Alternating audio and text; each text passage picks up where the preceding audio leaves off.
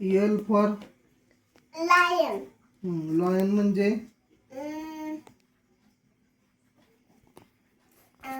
तर्जबन सिंह. सिंह. डॉग म्हणजे डॉग.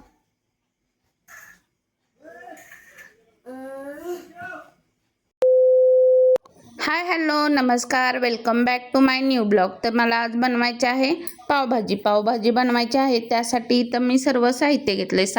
भाज्यांमध्ये इथे एक ढबू मिरची आणि थोडीसं बीट, 2 टोमॅटो विथ वाटाणा, फ्लावर, एक बटाटा तोही असा सोलून घेऊन, आणि गाजरचंही वरचं मी पूर्ण साल काढून घेतलेलं आहे. ते इथं पुढं बघू शकता मी कशा प्रकारे सगळं तयारी करत आहे ते.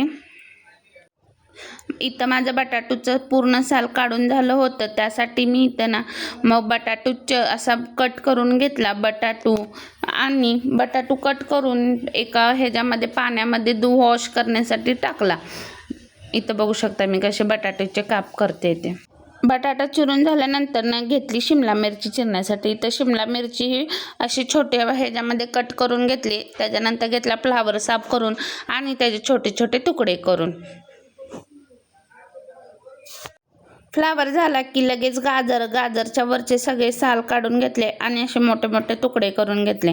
ते झाल्यानंतर इथं बीटचे एक पूर्ण हे घेतलं होतं आणि त्याचे पण कसे चकते करून घेतले. का तर बीट हे तुम्ही वापरता का बीट हे नक्की सांगा मला. आणि मी बीट तर वापरते, कारण की बाहेर कलर वापरण्यापेक्षा इथं बीटचा सुंदर कलर येतो. म्हणून मी इथं ना कुकरमध्ये भाज्या शिजण्यासाठी कुकरमध्ये पाणी गरम करायला ठेवलं होतं आणि पाणी गरम होताच लगेच ना ह्या मी सगळ्या वॉश केलेल्या भाज्या त्याच्यामध्ये टाकून घेतल्या.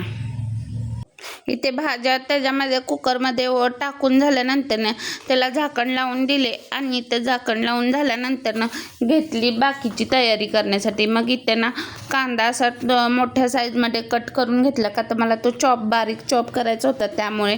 आणि इथं बघू शकता मी चॉपसाठी टाकला होता कांदा. इथं पटकन बारीक असा चॉप करून घेतला. आणि इथं वाटाणा आहे ना मी साईडलाच ठेवला होता, तो परत टाकणार होते.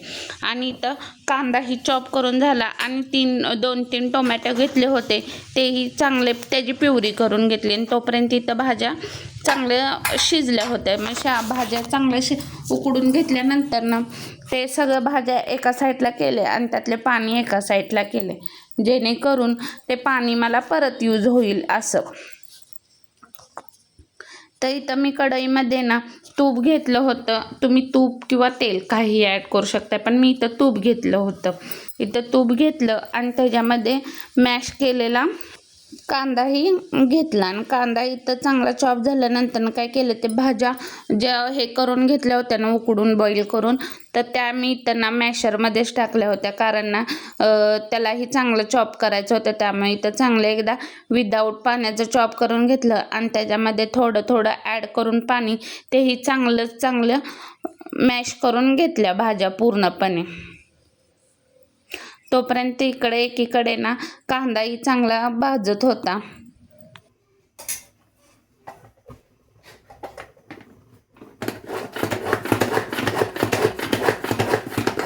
नंतर सांगतो विषय, नाहीतर माझ्या ह्याला व्हॉइस ओव्हर द्यायला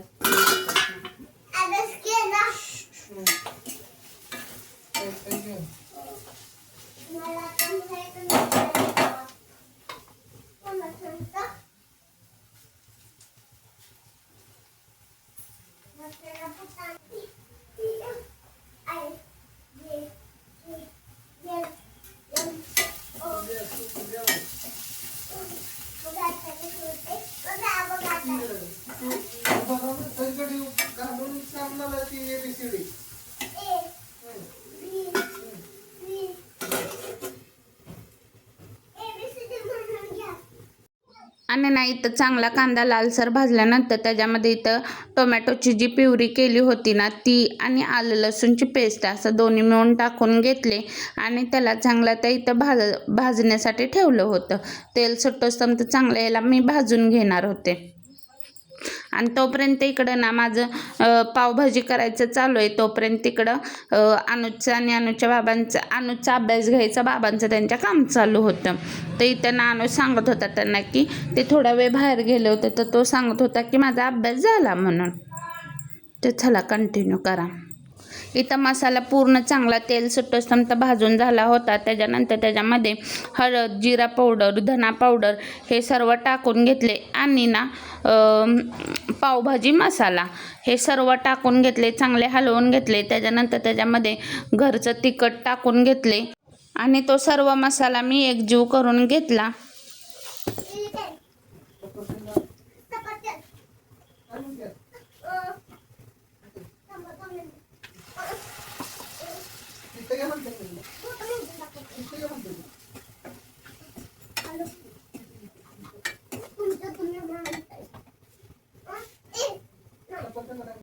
इथे आहे ना जो वाटाणा ठेवला होता, मसाला भाजून झाल्यानंतर त्या मसाल्यामध्येच वाटाणा टाकला, थोडासा हलवून घेतले.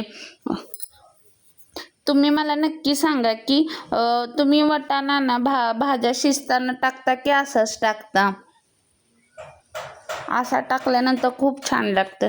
सर्व भाज्या मॅश आणि नुसता वाटाणा इतकं सुंदर लागतं ना हे. ॲपल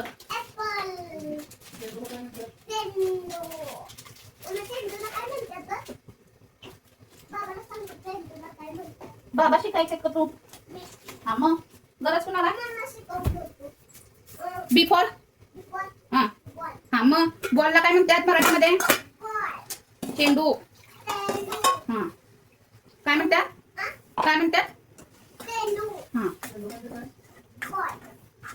आणि बॉल म्हणजे काय? हा आणि बी फॉर काय? बी for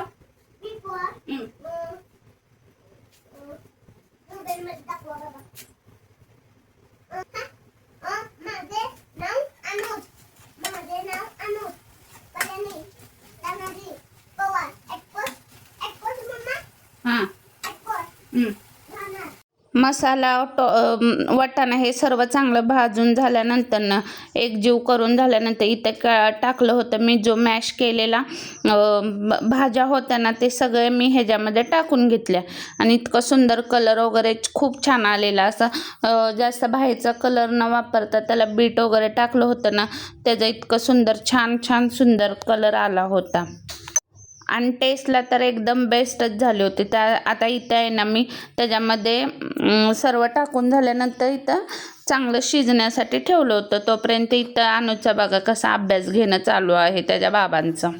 L for lion. Lion म्हणजे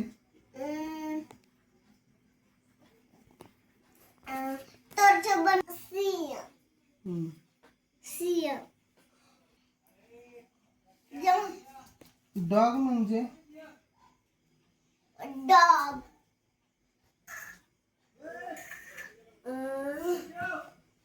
इथे भाजी रेडी झाल्यानंतर ना इथं लगेच मी पॅन गरम होण्यासाठी ठेवला होता.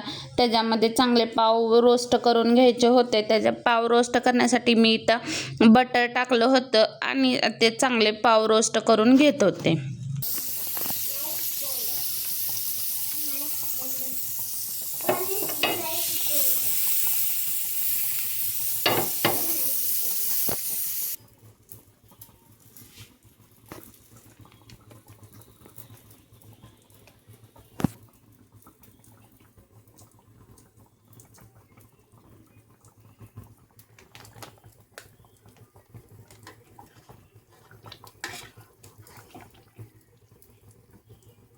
आता इथे पावभाजी रेडी होती, तर फक्त राहिलं होतं म्हणजे सर्व करण्याचं. आता इथं मी सर्व करायला घेतलं होतं. चॉप केलेला कांदा, कोथिंबीर हे आणि थोडंसं बटर हे टाकून सगळं मस्त सर्व करून अनुजला आणि अनुजच्या बाबांना खायला दिलं होतं.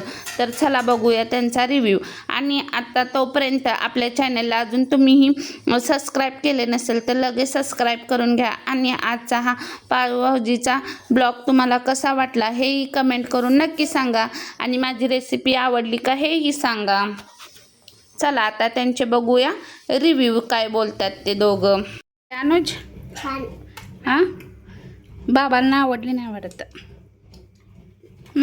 बाबांना सांग आता. बाबा कसे झाल्या? छान आहे. हां आणि असं कधी तर खाऊ वाटते कुणाला? मला. खरं काय?